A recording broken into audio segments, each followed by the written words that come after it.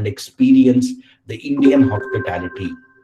I request all the students try to understand what the Indian hospitality is about, how do we deliver the excellence, and Mr. Satyan is an expert in this particular area. He's going to talk, he's going to share his thoughts, or maybe share his experience.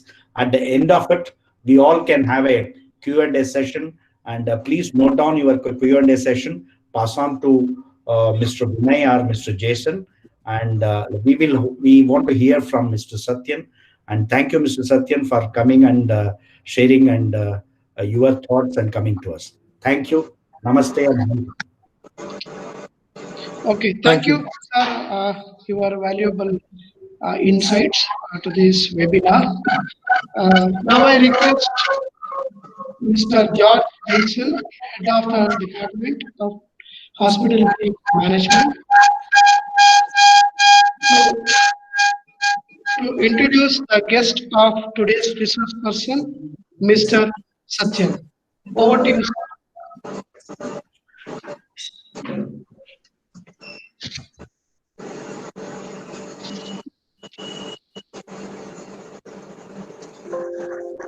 Very good morning, one and all. A warm welcome to all the participants. I feel extremely honored to introduce Mr. Satyan Desodi, the keynote speaker for the inauguration session of this webinar. When I venture into doing that, I know that normally we know that neither does Mr. Satyan require any such introductions, nor can my brief introduction sufficiently highlight his multifaceted personality. Nevertheless, I can make a modest attempt by saying that Mr. Satyan Desodi is an experienced hospitality sales and marketing professional. Basically, he's a strategist, coach and advisor for the hospitality and tourism education. He's having a rich experience of 28 years in various enriching senior executive leadership and management role across the sales and marketing. And he's into the entrepreneurship and hospitality.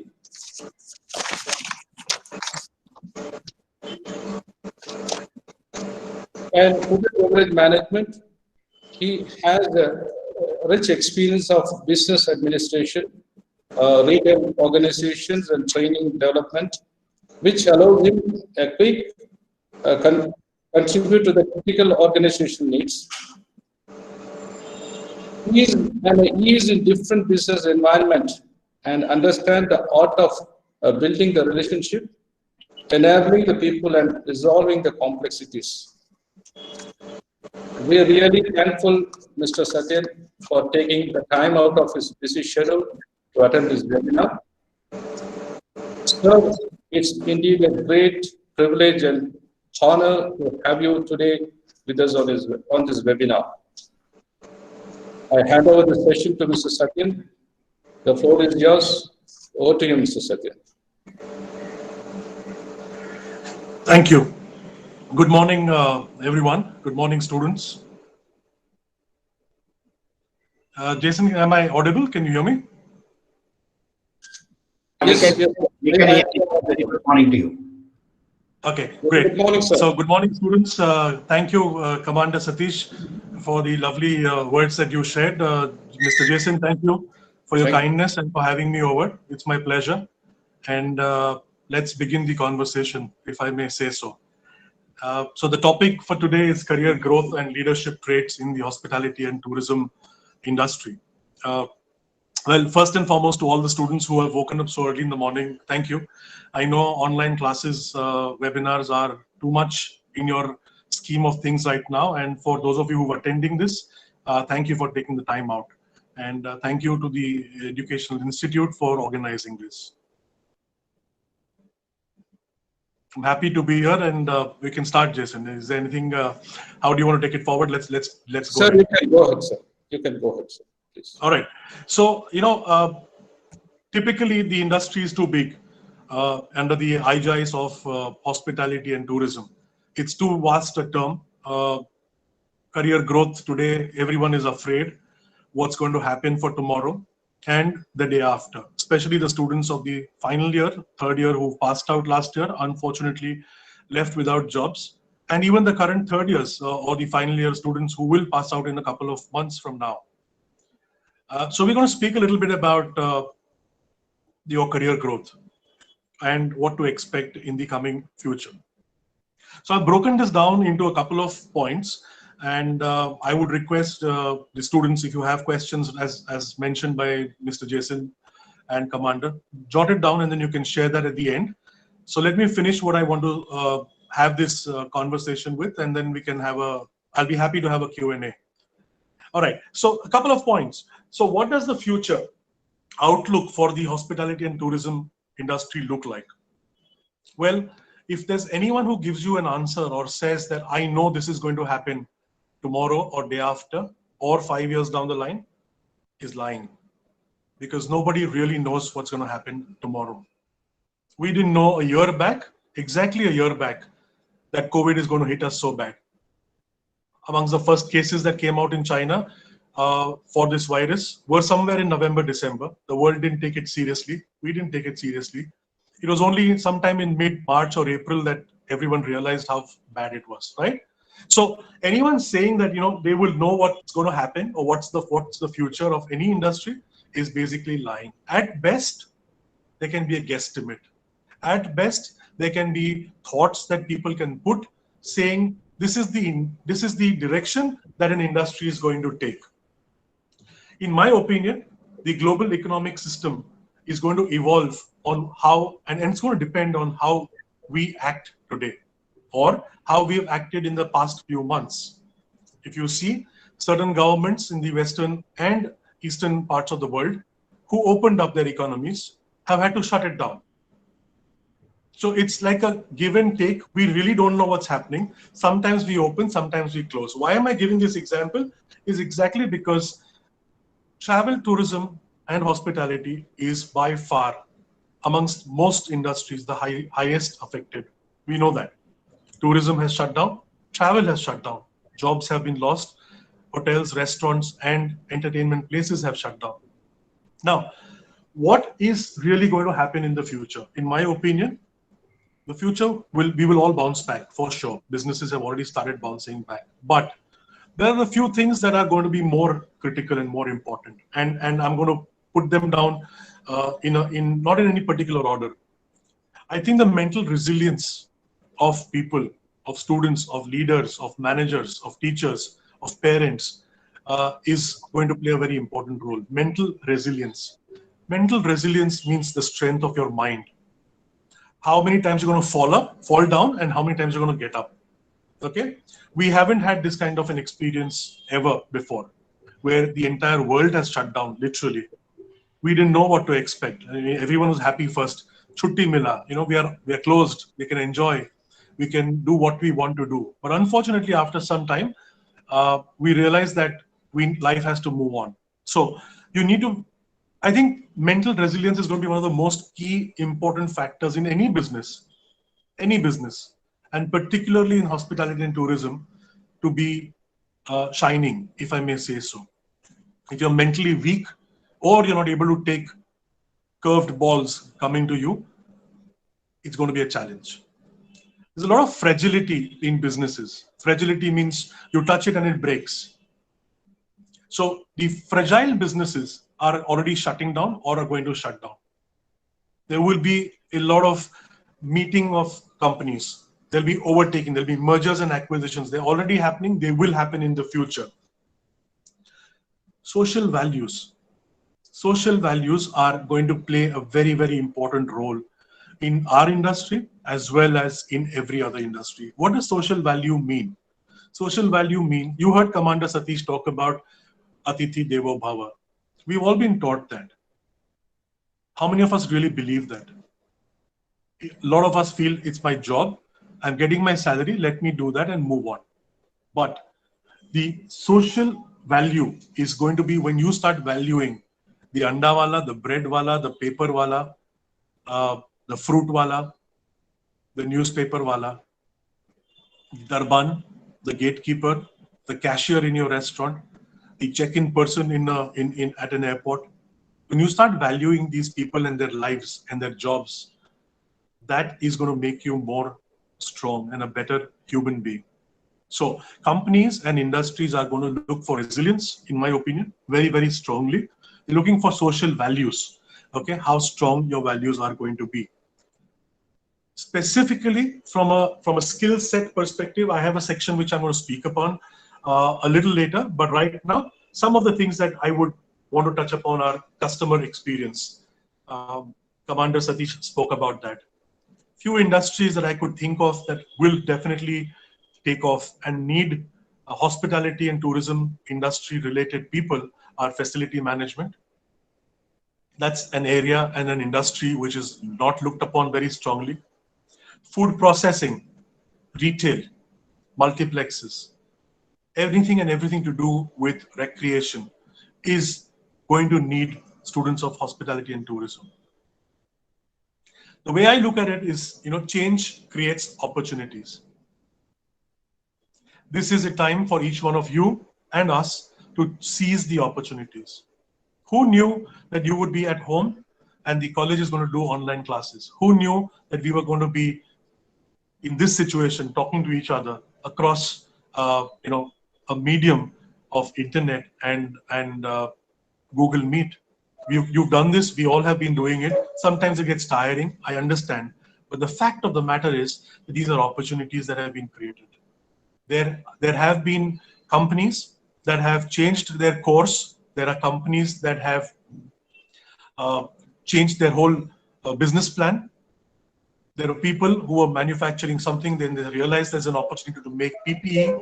There were companies who realized that, okay, I will get into hand wash, I will get into masks. So what I'm trying to say is that, change creates opportunities. And coming back to our industry, of course, travel and tourism is by far the largest hit. So there's really nothing much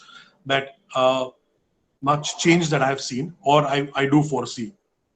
I do foresee the domestic travel, and this is available across media, so you can read it and you have it, and I don't have any new things to add on that front.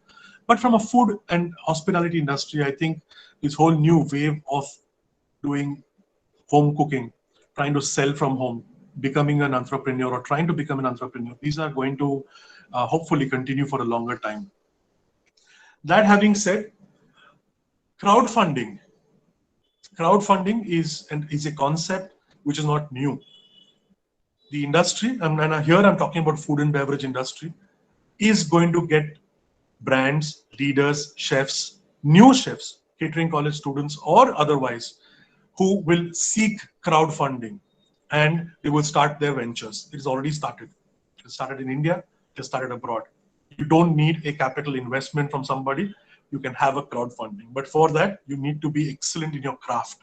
So I do believe that crowdfunding possibilities are going to be some of the new trends that are going to come up. Learning on efficiency and learning about climate change, energy efficiency and climate change. This is something that's extremely dear to me, and it should be to you guys as well. I will talk a little bit more in the other parts, but I want to tell you that if you haven't learned or haven't read about saving energy, not just putting off an electricity light or not just putting off the air conditioner or the fridge or any equipment when not needed. That's not what I'm talking about. I'm talking about sustainable energy efficiency in businesses, in restaurants, in travel and in travel industry. You must catch up on reading about that. What are the other industries? What are the other companies doing? And what should you do? What can you do on the energy part? Climate change is a very big factor. And the food and beverage industry, whether we like it or not, because of the energy of coal and gas that we use, we are one of the highest contributors after aviation and travel and tourism. So there are going to be smarter ways. Why am I bringing this up? Why am I bringing this up at this stage as to what the future looks like? Purely from the fact that because these points are extremely important for the globe, for the world. Tomorrow's leaders need to know a lot of this. Think about a situation. Don't think about yourself that you'll pass out from your college and you want to be a captain or a manager or a banquet manager or a flight purser, your aim should be to become the top leader. And these are the times where you can start reading. You should. There's a lot of information available, good information. You'll have to understand how to read and where to read. Everything on Google is not right.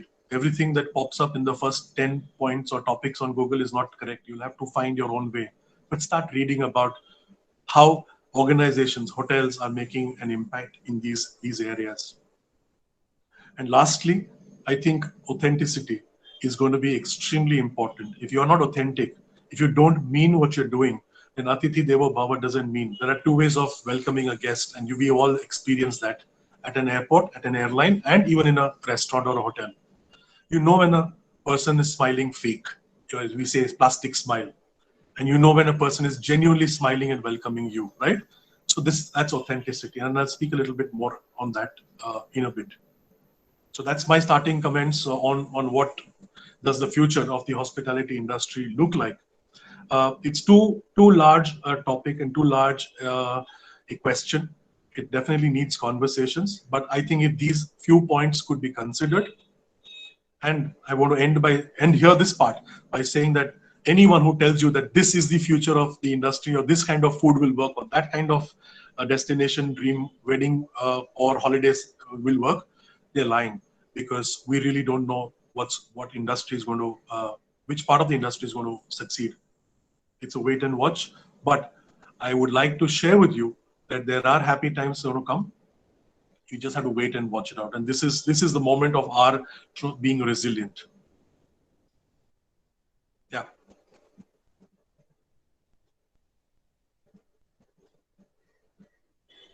Jason, anything else? Yes. Can I some questions? Can I ask some questions? Satyan sir. Yes, please tell me. Thank you, Mr. Satyan. You brought out very key issues which you found it and all that. One area which I found, especially like I already spoke earlier, also on the experience part of it, actually. Like the hospitality is something which each one in the right from security to the GM to everybody should feel that should be like the way it is being somebody looked after in doing a wedding actually, or in the home actually. So that's a personalized or a customized experience is what especially expected in the five-star environment actually. Probably you may not have this kind of a thing in a dhaba or the street kind of a food is a different kind of a restaurant there. But in a five-star experience, like what we are looking at the tourism and hospitality, we are looking at the five-star or seven-star, whatever we look at it. And another thing is the area which you have, Mr. Satyan, is the international guests actually. That's one actually is what India should be preparing. If it is 21 or 22, like as you said, they'll wait and watch is there. So if you're looking at the international hospitality, what are those areas which the hospitality sector should be really looking at actually? Looking at the international guests, the first and the foremost is the language is not known. A Russian guest, probably a Japanese guest. So what are the areas which the hospitality and the tourism sector should focus on? And that's where the GDP is actually. Sure. Thank you, Commander. So, one of the other parts of what I wanted to speak about, and I'm going to mix 2 points. One is, probably what are the most important job skills that would be required for the future. That's one part that I'm going to cover. And the second part is going to be the trends and opportunities in short, medium, and long term for the current students. We're coming back to students specifically. We're not essentially talking about the industry per se. But let me kind of first address what you said. You're absolutely right, Commander. International guests traveling into India. My experience in the industry has been that we love pampering. We as Indians love pampering. I'm sure you know, and your front office or your accommodations team staff knows that the point is we have the highest number of people working in rooms division per guest. We have the highest number of hotel staff in any hotel per guest. We I'm talking about India. We like excess people. We want the Darban to open the door. We want someone to open the valet to open the car gate. We want a concierge. We want a liftman. We want someone to take our baggage on top. Then you have the GRE coming in, after the check-in process. You have multiple housekeeping people, so on and so forth. So we as Indians love pampering our guests. There's no doubt about that. And that's what sets us apart. Having said that, one of the things that we need to consider is, do foreign guests really appreciate that? How much of do they do that? My analysis has been that we've had the highest number of business travelers in India, more than leisure travelers, because the leisure travelers by far don't generally, barring a few small segment, doesn't stay in the super deluxe category. They prefer traveling on the roads and otherwise. Having said that, there is no doubt in my mind that the business travel will start eventually. And how does one prepare for it? If you just close your eyes, I'm talking specifically to students, don't treat them as foreigners. Don't fall over them. Treat them the same way that you would treat an Indian guest. That's authenticity, number one. Number two, language. One of the skills and one of the points that I really want to bring up is, in this time of the pandemic, you have a lot of time, students. There are dime a dozen online modules and classes where you can pick and learn a language on your own. You don't need anybody. You just need a smartphone. There's an app called Duolingo. It's free. It's downloadable. You can choose any language.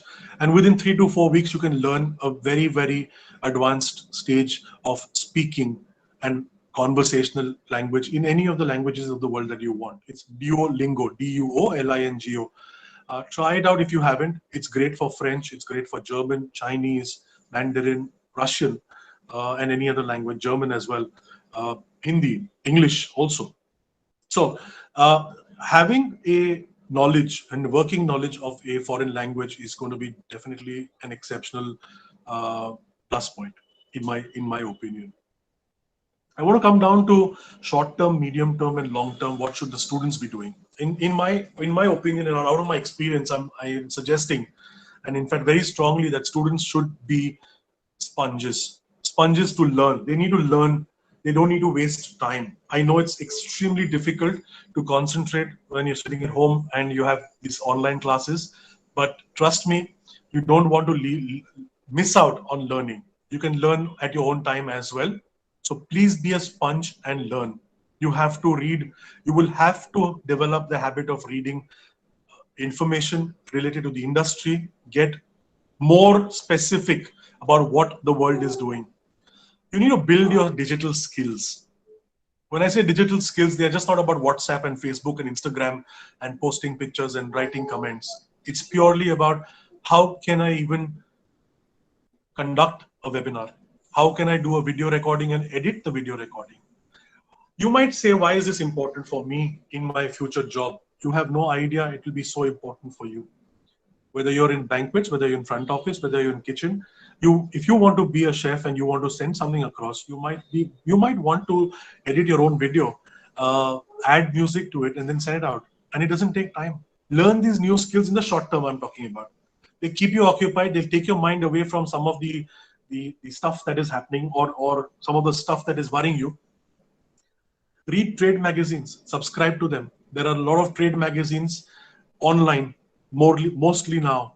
You should be aware of what trade magazines, I'm talking about hospitality, food and beverage, both India and international, travel and tourism related. You should, as a student, you should not expect your college or your principal or your HOD to keep on giving you information, but you yourself should be able to be subscribing to them. And most of them are free. You just need an email ID to subscribe.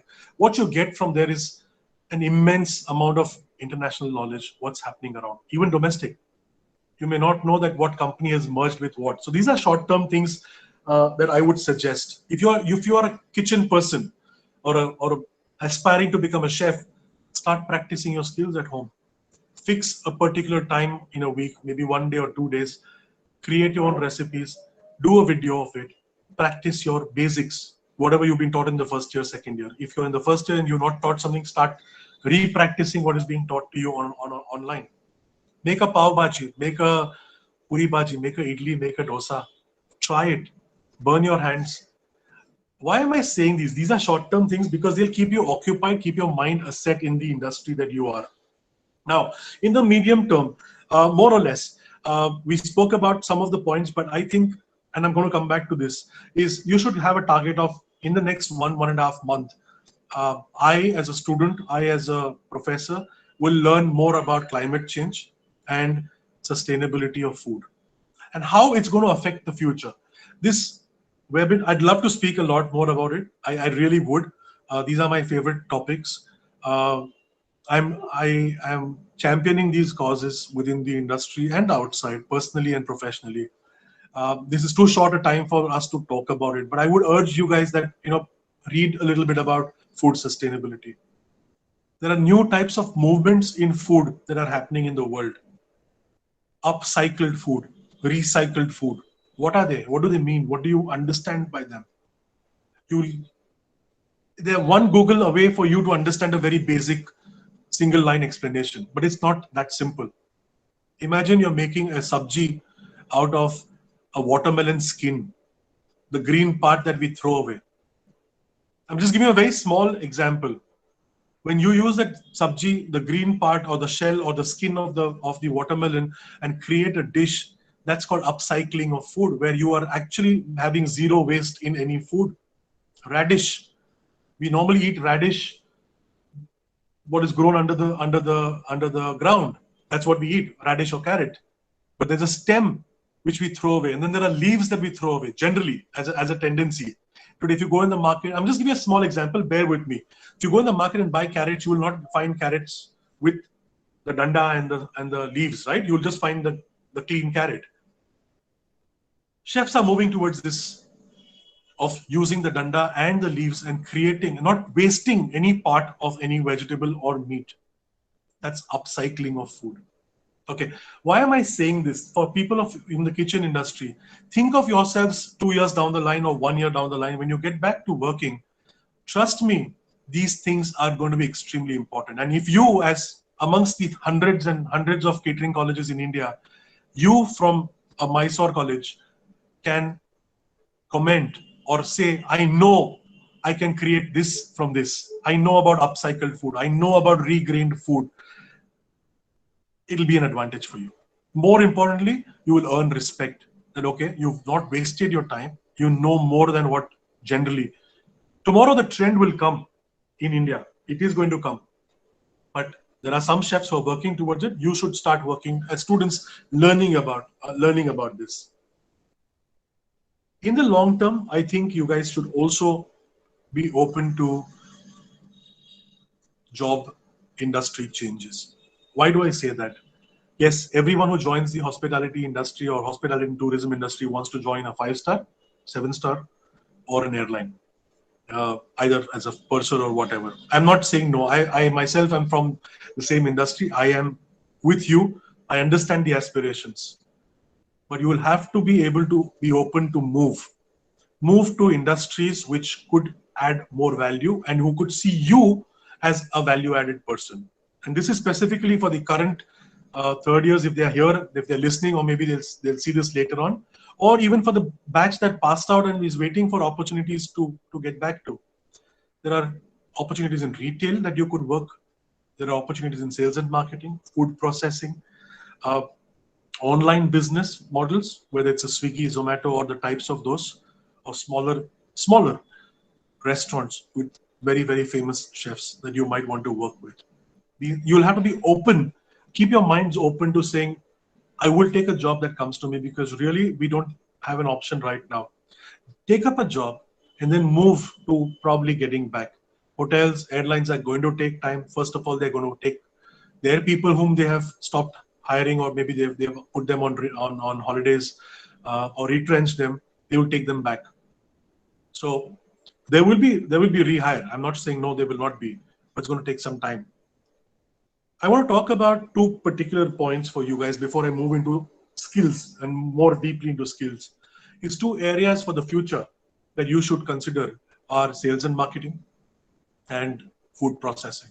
If I'm not mistaken, your college, Commander, correct me if I'm wrong. You have a a business course in food processing, right? A diploma, I mean, a Yeah, degree course. we started a BSc in food processing and quality management, actually. Yes, excellent. So I went through your website. I'm glad Yeah. because I believe you're one of the few colleges in India Yeah. who has this course. Yeah, Now, yeah. Very few uh, colleges.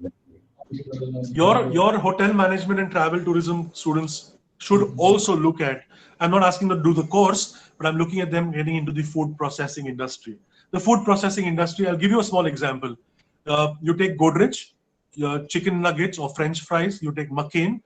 These are one part of the food processing chain.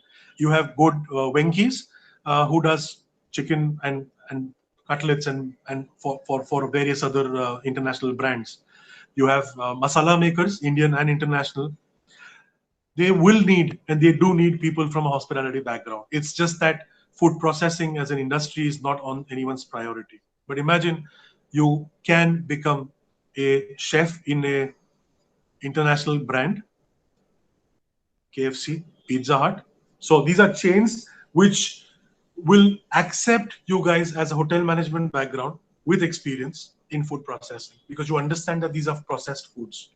For people in the front of the house, which is say F&B service or accommodations people, you must be open to moving into sales and marketing roles and facility management roles. Be open to it. I'm not asking you, I'm not forcing you, okay, do this in your life because you have obviously joined this course to get a job in a hotel or a cruise line or a restaurant or an airline, but that's going to take some time. These are some of the short term, medium term, and long term, in my opinion, areas where you could invest your time in.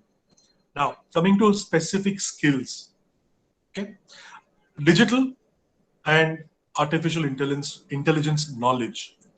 I don't mean to say that you start becoming technical persons, and I'm not saying that you start becoming an IT person. No, but read about it. Read about how artificial intelligence is affecting or going to affect hospitality and tourism industry. Just imagine that you'll have robots to check you in airlines. Then what happens to the jobs? It's going to happen. It's already happened.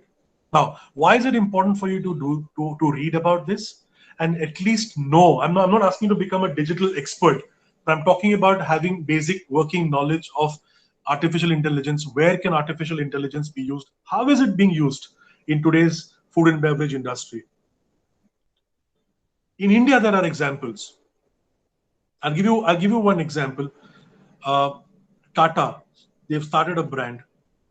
They have a full process in Pune where you can, this is, I'm talking about pre-COVID. I'm not too sure whether they're back right now. You walked into a railway station or the airport, you could stand there and it's just like a kiosk. You pay and you can get a cheesy pasta out. You can see the whole process happening in front of you in less than 3 minutes. And it's completely computerized and automated with a robot working at the back of the house. You need to understand how that works from a food perspective. That's extremely, extremely important. Communication skills. A lot of you may think that communication skills are not important. You may think, "Main kar lunga, I will be able to talk," but no. If you're not able to talk convincingly to the industry, to the guests, in your interviews, you will not be able to succeed. Why am I saying this? I'm saying this because I have experienced this. I've experienced this that when you have time right now, there are a lot of things that I'm talking about which may not interest you. You may find it boring. A lot of you may be sitting here because your college has made it compulsory for you. Some of you may be interested to know how to, some of you really want to improve your communication skills. Please do that. Learn a language, as I said, learn grammar, talk, do you have each of you have a smartphone, do a stupid video recording of your own as though you are giving a speech. See your facial expressions, see how, be formally dressed and see, practice your front office practicals on your own, practice your food and beverage service practicals on your own, improve your community. You will be, when you see yourself on video or on phone or on audio, you will be able to understand, okay, I didn't speak here properly, my face was not smiling enough, I'm shaking my head too much, my hand movement is too much, I need to stop doing this, I need to look and be professional. So learn communication more. on your own. And I'm not forcing the college, but I'm telling you as students to kind of do this. I'll come back to authenticity and credibility, and I'll combine this with efficiency and effectiveness. You will need to be efficient in your work and, importantly, effective in your work. How is efficiency and effectiveness different? Or how can you measure efficiency and effectiveness? I'll give you a small example. So you have an 8-hour shift. Most of us don't in this industry, but assuming you have an 8-hour shift, how efficient are you in doing your work in those 8 hours? How well you finish the task that is given to you, that will be your efficiency. But effectiveness is how effective are you? So everyone will come to class, give attendance, sit down and go through a class. That's just being physically present. Are you being effective? This could be a teacher, it could even be a student. And efficiency, I'd like to give this example. So one of the hotels, there was a guest who really wanted something to be done. So he called up the concierge and he says, look, I can't go. My wife needs to leave. Can you please make sure that she goes from this point to that point? She doesn't know how to go about doing it. Of course, the 5-star hotel said, don't worry, we'll have a car and he'll take care. But the concierge, what he did was, at every stage, was in touch with the car driver, every certain stage, and he kept giving the feedback back to the husband. The husband could obviously connect with the wife also and get that information, but the concierge did this. So that's effectiveness of his job. I'm just giving you a very, very small example. I think one of the skills that you guys will definitely need is show and just not tell. Let me explain that in a little longer way. Leadership skills are, what is leadership when we generally talk about? Okay, when we talk about leadership, everyone thinks it's about being a hero, being the general manager. Commander Satish very rightly said that no, it could even be a security person. And yes, leadership is actually a privilege. You look up, there is no single definition of leadership, right? Anyone can have leadership quality. You may not know that. I'll give you 2 small examples. One pertaining to the industry and one in my personal life about what I saw as leadership. So I'll start with the industry. Some of you may know that a few years back, this noodle brand Maggi, there's a problem, right? Some of you may know. For those of you who don't know, Maggi noodles come in a pouch and they have a masala packet. So a few years back, some of the masala packets had apparently they were rotten, and then the FSSAI caught it, and there was a big scam and a big tamasha that happened, where the brand value eroded. People stopped buying Maggi. They started getting upset with Maggi. They started getting angry with Maggi because the quality wasn't good. But the fact of the matter is that there's always more than meets the eye. What happened? Maggi had a international head of the country who was heading their business here. Not that he was not capable. He was not capable. No, he was very capable. But first and foremost, they made a visual change. They moved him out and they brought an Indian business leader to represent Maggi in India. Maggi is from Nestle, if you know. It's an international brand, over 100 years. And they have been in India for over 100 years. Now, this gentleman called Suresh Narayanan, please read up about him. He's one of the most amazing leaders in today's times, who also has great values. What did he do? He was not a magician. He couldn't undo what has happened. But what he did was he showed and he spoke. He just didn't speak. So first he came and he acknowledged that there's a problem, and then he gave assurances that we will sort it out. For 3.5 to 4 months, he and his leadership team and a lot of other people down the line didn't even go home.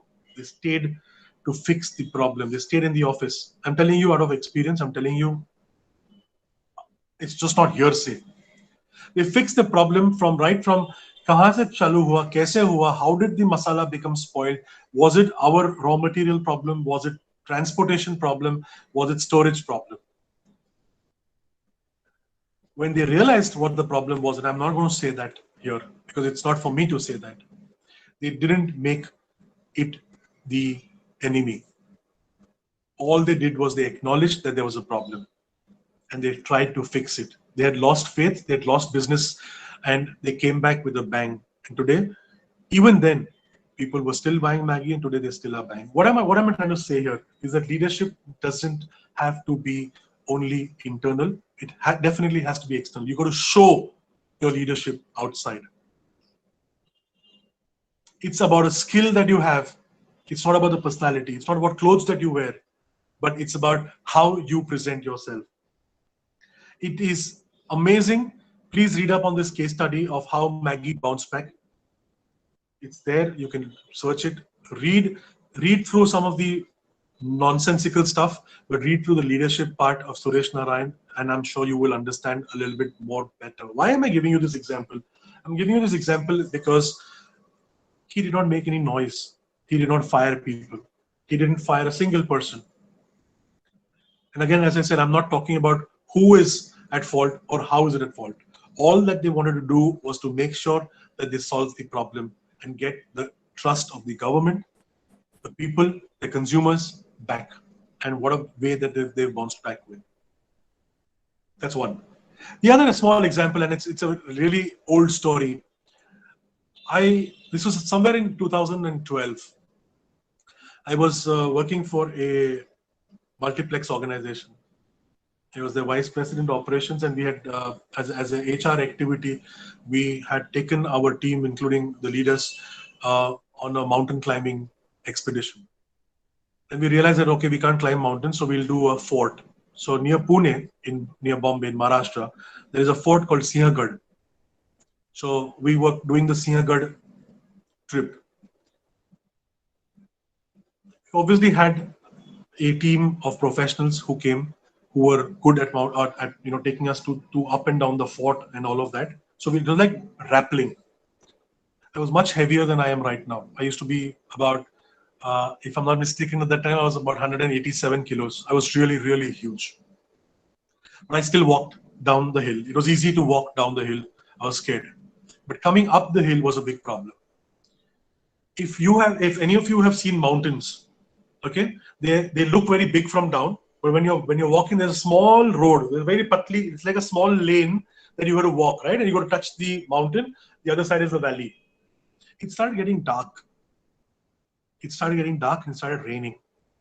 And all of me, 187 kilos, 6 feet 3 inches. I thought, this is my designation. I'm this and that. I just lost hope. I thought I was going to die, and I started crying. I stopped. It's reality. I'm telling you. For 5 of us, for each 5 people, there was one, if I may say so, a local boy who knew the mountains as your assistant. His name is Anant. I still am in touch with him. He's a Maharashtrian boy. He was in the front and we were all behind. We're holding a rope and walking, but when he realized that, he actually came back and he sat with me for 25 minutes. He said, sit down, take a breath. I used to be a heavy smoker at that time. He said, you want to smoke? Smoke. He just heard me. And then he told me, you know what? You have 2 options. Either you fall down this valley or go down. We go up on our own. Or you come and join us. I am here with you. Start walking. I don't think I, in my life, have cried out of fear and hugged an unknown person. Anant is 4.5 feet. He's skinny. He's like one of those local village boys. I felt and I realized that was leadership, that he showed. And he came up with me. He made sure that I climbed up the mountain. Of course, I was the last one to climb up. That's okay. But he made sure that I was not left behind. So leaders can come in any way. You don't have to be an MBA or a degree person to show your leadership skills. But remember that when you move into leadership roles, that it's a privilege, number one. It's a responsibility. It's also a need for you to move the vision of the company into reality with the right people at the right time. This is, in my opinion, what leadership is going to be. A few points, and I'll close my comments after that, is that what should you be doing? Find a mentor, find a personal mentor. It could be a staff, it could be a parent, it could be a friend. Get a personal mentor. be an inclusive human being. Inclusive human being is, don't say, tumse ye nahi hoga. You are a janitor, you are a jamadar, you're not important. Everybody is important. The goodness of people, in my opinion, if you are good as a human being, you will be able to scale a lot of heights. Leadership will come. Don't aspire to be a leader. It'll come in your own time. You don't have to crave for it. Yes, you do say, I want to become a leader, but you don't have to be a general manager to be called a leader. You don't need a title to be a leader. This is my personal experience, and I'm sharing this with you. And remember one thing, that when there are sales as in money is coming, when there's business, it cures all your problems. So be focused on how to make the money, how to make the business running, and how to start earning the money in your business in the right way. These more or less, I think, would sum up some of the things that I thought I would share with you guys. And yeah, if there's anything else that I'd like you guys want to talk to me about, I'll be happy to take that. Commander and Jason, anything else? Yeah, but Satyan, I have one more thing actually. Since you are an hospitality expert, do we really know what is Indian hospitality is about? Do we showcase the Indian values? That sometimes I wonder actually. Each one of us. Sorry, can you just repeat what you said? I can't hear you. I'm sorry. Basically, what I want to like the students should know is about what is Indian hospitality is about. We say Atithi Devo Bhava. I don't think we mean in many of the hotels. You are aware of it actually. We just don't care, and especially like if there is an Indian guest, probably it is a different. A local guest, a local politician coming in or a police coming in, we treat him differently. Something like this. And if there is a foreign guest, we treat differently. So Indian hospitality is the what? So that's the only way. Indian values. You talk about values, social values, and all that. So if you can focus on Indian hospitality and the Indian values, which we should showcase in the hospitality sector. Thank you. Sure. So, thank you for that, Commander Satish. I think, this is my personal opinion. I think the Indian hospitality is very much there. It's just that today a lot of the business leaders of the hospitality brands are non-Indians. Most of them are non-Indians in some cases. In a lot of cases, they are not even from the hotel background. They are either MBAs, they are finance driven, or they are from the investing company. It's happening in food industry, it's happening in tourism. Airline CEOs are not from airlines. Hotel CEOs are not from hotels. You know that. Now, why am I giving this example is because when your focus at the top is money making and only revenue generation, then hospitality takes a back seat. How can we as students, or how can we bring Indian hospitality back? Now, it's a catch-22 in my opinion. We want to give it, we want to showcase it, great. But does the world want it? Let me give you an example.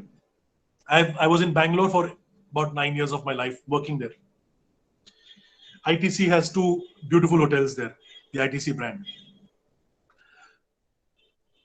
Of course, it's their tradition to do traditional welcome. I will not name, but one of the brands doesn't do traditional welcome, which is, I'm talking about thali and har and all of that. And we had to entertain a very senior guest, and I requested. I was interacting with, and the GM was my friend, so I said, we need this. He says, sorry, the business model of this business unit, we are ITC, but this building doesn't permit us to do thali and diya and garland and all of that. I found it very shocking. Anyway, we moved on. But I had a conversation back with him. I tried to understand why. So he says, no, this is the way it is. I took it to the next level just for my curiosity to understand with my friends in corporate ITC to say, I understand that, this brand or this particular structure is European. It doesn't match with our Indian culture. But what's the harm in doing a traditional welcome thali and make someone feel special? He says, we just felt that no, ye pehle se nahi ho raha hai, so hum nahi karenge. And more importantly, this is the way we want to do it. All right. I was shocked that somebody said that, well, if you want a traditional welcome, go to the other unit. So you're willing to lose business in this unit to go to the other unit, of course, the same brand, but you will not leave this. Now, why am I giving this example is because it's top to down, right? Today, a front office person or a duty manager can't decide whether he'll do a traditional welcome or not. Times are changing, Commander. In my opinion, the Indian hospitality, the way we talk about it, the way you're talking about, is still very much existing in the palace hotels. It is existing in luxury hotels. So all the palace hotels in Rajasthan, Madhya Pradesh, Gujarat, and other parts of India, they are doing this Atithi Devo Bhava concept. It is appreciated. But imagine if you and I were to go to Goa with our family for a fun weekend. You and I don't want garland and you don't want arti because we're going to Goa for a particular. I'm giving an example, right? Or if I'm going to the Himalayas to meditate in a hotel or a spa to meditate, I want peace of mind and I don't want this tamasha of too much of things. So, in my opinion, it's a catch-22. It's happening in certain places. It's not happening. Majority of our hotels in tier 1, tier 2 cities are have already turned into business hotels. So as a business hotel, there's no time. The guest doesn't have the time. You need faster turnovers. So the Ibis Hotel has one of the highest turnovers across the world. It's a business hotel. You come, you leave your bag, or you just come to sleep and you leave next morning. And that's why they are mostly next to the airports. They don't care about anything. They don't even have a restaurant. They'll serve you room service in paper throwaway boxes. It's just convenience. They're the smallest of rooms. They're the smallest of bathrooms. It's there. You want a bathroom, it's there. You want a bed, it's there. Come, sleep, and go.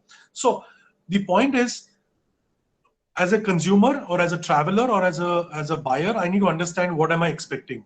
So I would answer this end of my answer here is that the Indian hospitality is existing very much. A business leader or a hotel leader will need to be smart to understand where he's positioning the hotel. So if it's a business hotel, it doesn't make sense to do all of this. But if it's a Royal Palace Hotel, definitely, and it's happening there. So I think if that answers your question, sir. Yeah. Thank you. Actually, you Rajasthan. Just wanted to ask you one more. Jason, would you take over? What does the future of the outlook for the hospitality industry look like, sir?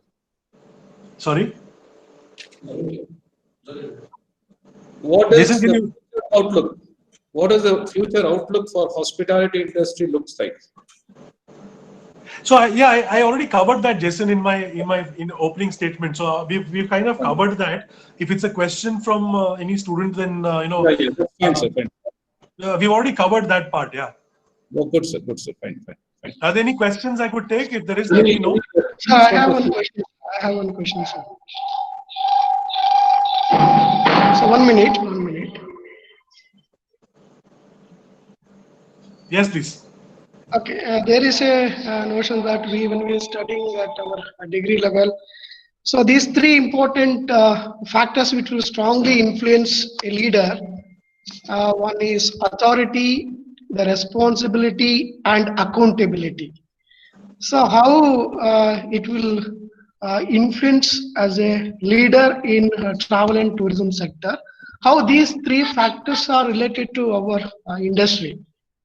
Whether we cope up with these three factors.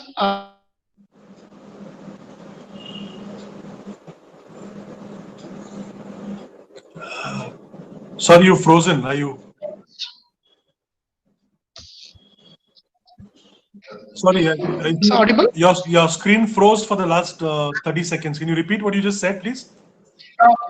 So authority, responsibility, and accountability, these three factors are most important in the business sector.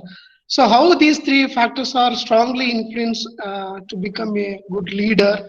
We have to follow these three, or you can go for beyond the internal and external factors also.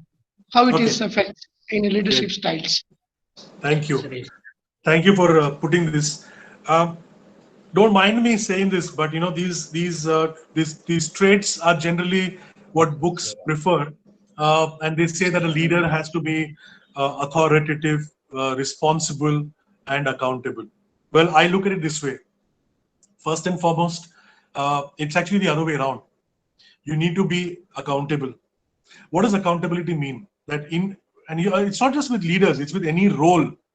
But in leadership, yes, I agree that this accountability, responsibility, and authority go hand in hand.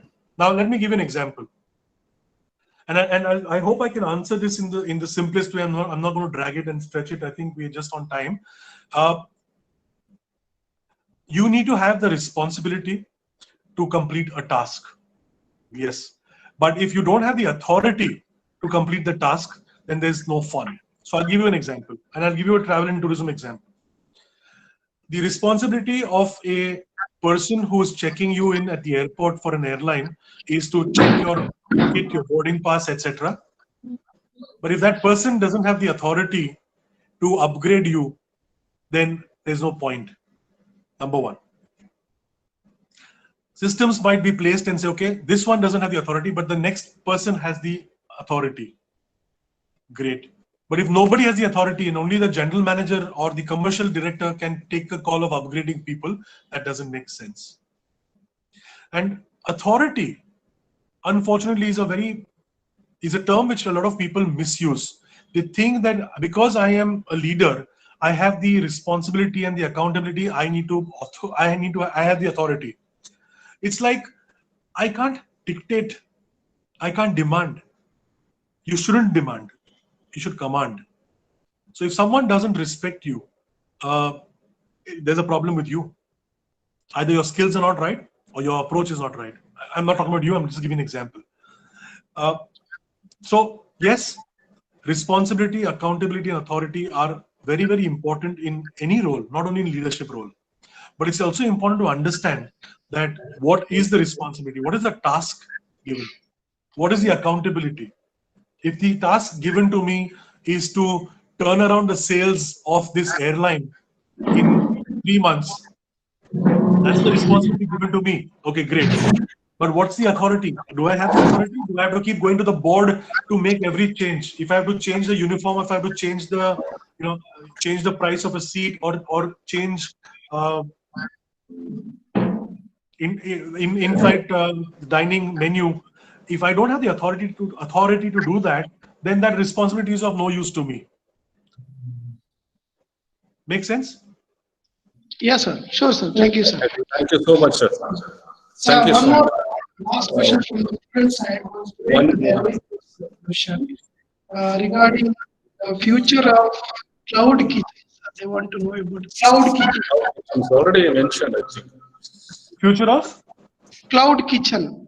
Cloud kitchens. Okay, great. So great question from, I assume it's from a student. So cloud kitchens, let me tell you very, very briefly, is it's not a new concept. It's been existing for a very long time.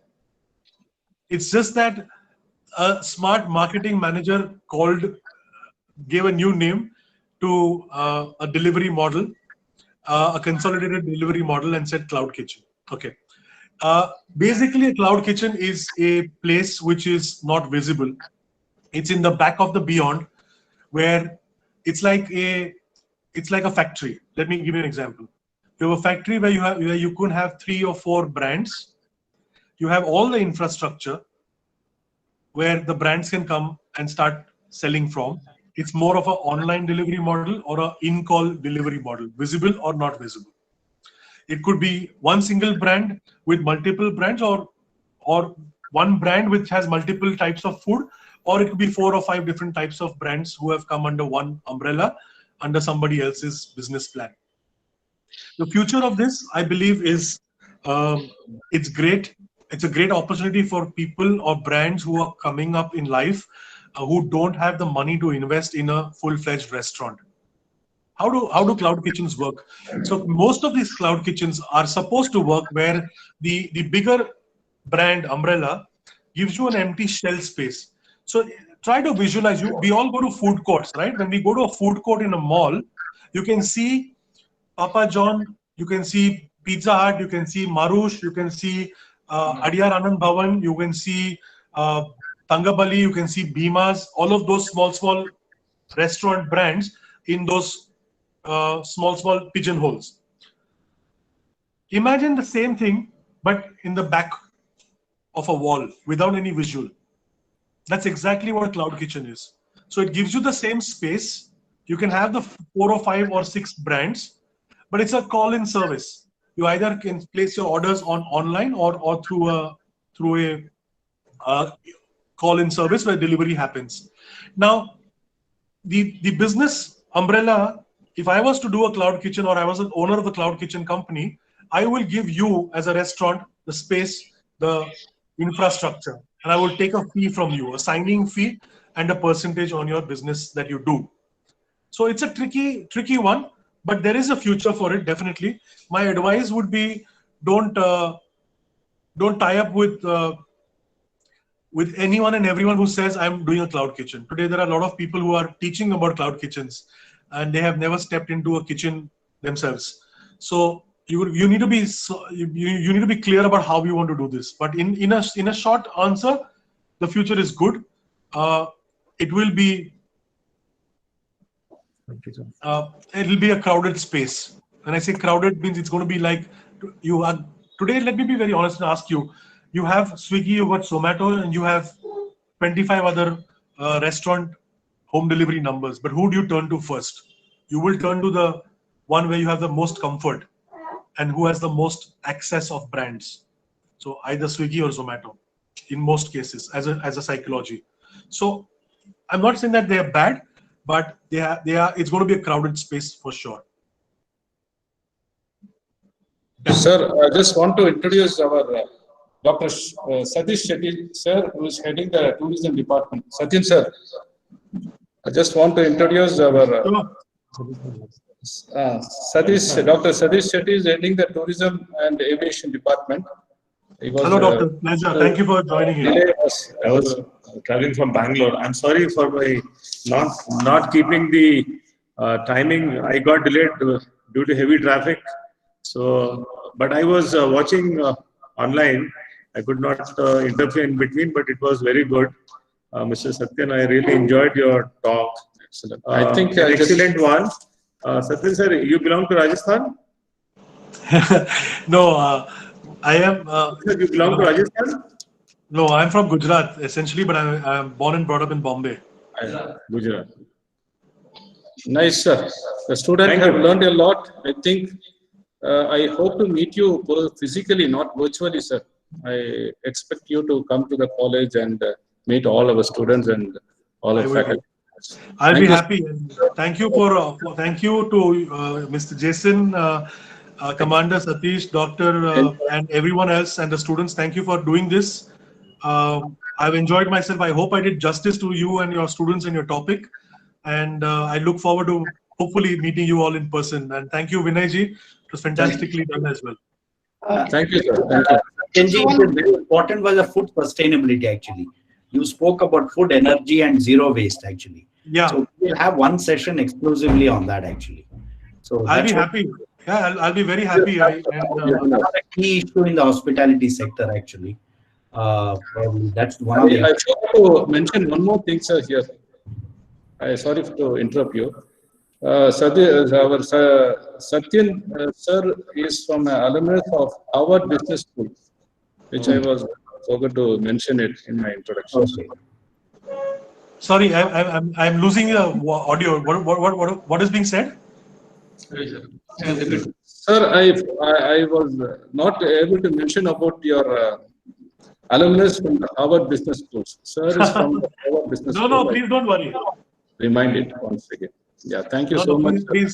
Please don't worry. That's not a problem. But thank you. And yes, Commander Satish and everyone, I'll be happy to do a little longer session on food sustainability, the new trends in food, which I think will make a lot more sense. The reason food is going to be spoken about is because, in my personal opinion, I know yours is a tourism and department as well, but the tourism department is going to take a little longer time, and really nothing is going to change people are just waiting for airlines to start flying and starting to travel.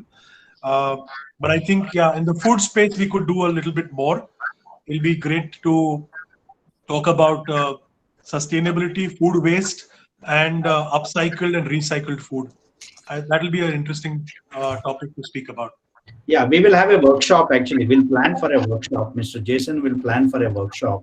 We Will will do. have the forenoon session as well as afternoon session with a lunch break kind of a thing. We'll plan for that Sounds session, workshop and all that. And we'll definitely, that's the future actually. Thank you. So, thank you, sir, for your valuable insights to us and for our students also to think about leadership and after with what is their preparations, how to face their new challenges ahead. So, in this regard, I request Mr. Ravi Prasad, Assistant Professor, Department of Tourism, to give a vote of thanks to the gathering. Over to you. Uh, First of all, I would like to thank the HOD to give me an opportunity to speak on this occasion. On behalf of the management, Madan Education Society, the Director, Department of Tourism and Hospitality, the students and my colleagues, I thank Mr. Satyan who covered an excellent coverage about the rates in hospitality industry. I thank you, sir, for giving a suggestions, tips relating to the career growth and leadership quality traits in tourism and hospitality management. Thank you, sir. I thank Mr. Commander Satish, HOD of Department of Tourism and Hospitality, for encouraging and giving full support to organizing my webinar, sir. Thank you, sir. I thank Mr. George Jason, sir, the head of hospitality, hotel and hospitality, for organizing this webinar. I thank Mr. Professor Satish Shetty, the head of the Department of tourism and travel management. Thank you, sir. Finally, I thank all the participants, about 200 participants participated in this webinar for making this webinar more successful. And I support the technicals of team and also my colleagues. Thank you, all of you. Thank you. I think the Now participants taking, give the minutes. feedback form. Actually. So now I request technical team to play the national anthem. Yeah, Vinay, I wanted the feedback form to be shared and all the participants please feedback on the feedback form.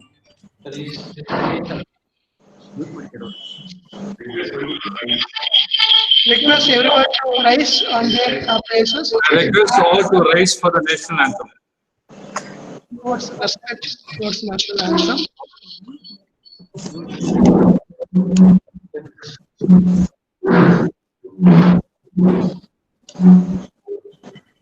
जनगण मन अधिनायक जय हे भारत भाग्य विधाता पंजाब सिंध गुजरात मराठा द्राविड़ उत्कल बंगा विंध्य हिमाचल यमुना गंगा उच्चल गगन तरंगा तव शुभ नामे जागे तव शुभ आतिश मागे गाहे तव जय गाथा जय गण मंगल दायक जय हे भारत भाग्य विधाता जय हे जय हे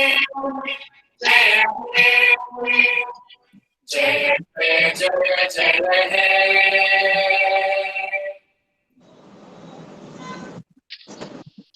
Thank you, one and all. Thank you. Thank you all. Thank you. Bye bye. Thank you very much.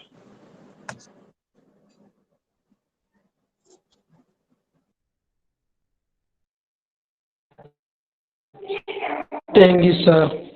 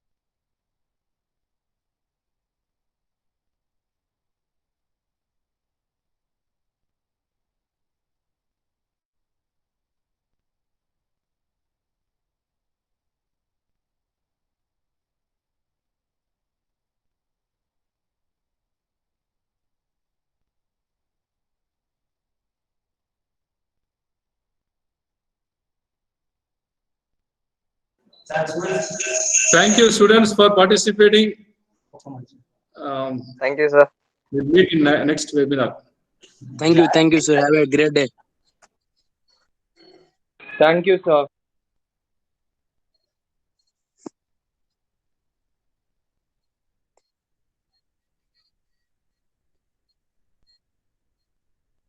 Hello, friends.